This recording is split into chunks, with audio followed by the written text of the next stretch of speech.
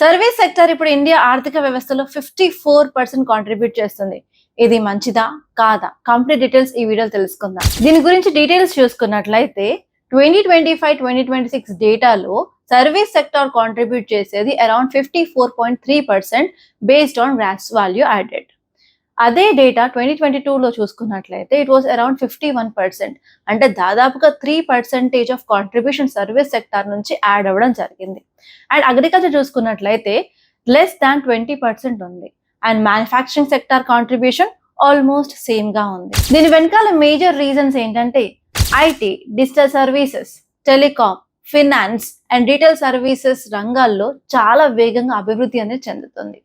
Especially ఇండియాలో digitalisation వల్ల service sector యొక్క ప్రామినెన్స్ అనేది పెరిగింది. వ్యవసాయ రంగంలో పనిచేసే వాళ్ళు అక్కడ నుంచి వేరే ఏరియాస్ కి షిఫ్ట్ అవుతూ ఉన్నారు. అండ్ అంతేకాదు మ్యానుఫ్యాక్చరింగ్ సెక్టార్ లో గ్రోత్ అనేది సరిగ్గా లేకపోవడం వల్ల ఈ సర్వీస్ సెక్టార్ అనేది ముందుకు దూసుకు వెళ్తుంది. దీనివల్ల మేజర్ ఇంపాక్ట్స్ ఏంటి? ఫస్ట్ చూసుకున్నట్లయితే సర్వీస్ సెక్టర్ డెవలప్మెంట్ వల్ల మనకు ఆదాయం పెరుగుతుంది.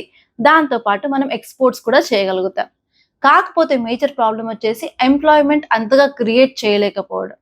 అండ్ నెక్స్ట్ ఇంపార్టెంట్ చూసుకున్నట్లయితే అగ్రికల్చర్ సెక్టర్ లో చాలా మంది డైవర్ట్ అవుతూ ఉన్నారు, కానీ వాళ్ళకి కావాల్సిన ఎంప్లాయ్మెంట్ అనేది బయట లభించట్లేదు. అండ్ మరొక వైపు చూసుకున్నట్లయితే మ్యానుఫ్యాక్చరింగ్ సెక్టర్ లో సరిగ్గా డెవలప్మెంట్ లేనందువల్ల మనకి ఎకనామిక్ యాక్టివిటీస్ అనేది అంత సమతుల్యంలో లేదు.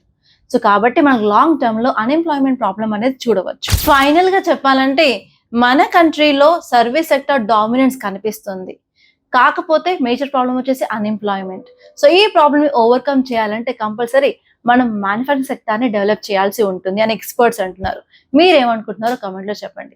మరిన్ని ఇలాంటి కరెంట్ అఫైర్స్ అప్డేట్స్ కోసం మన ఛానల్ సబ్స్క్రైబ్ చేసుకోండి.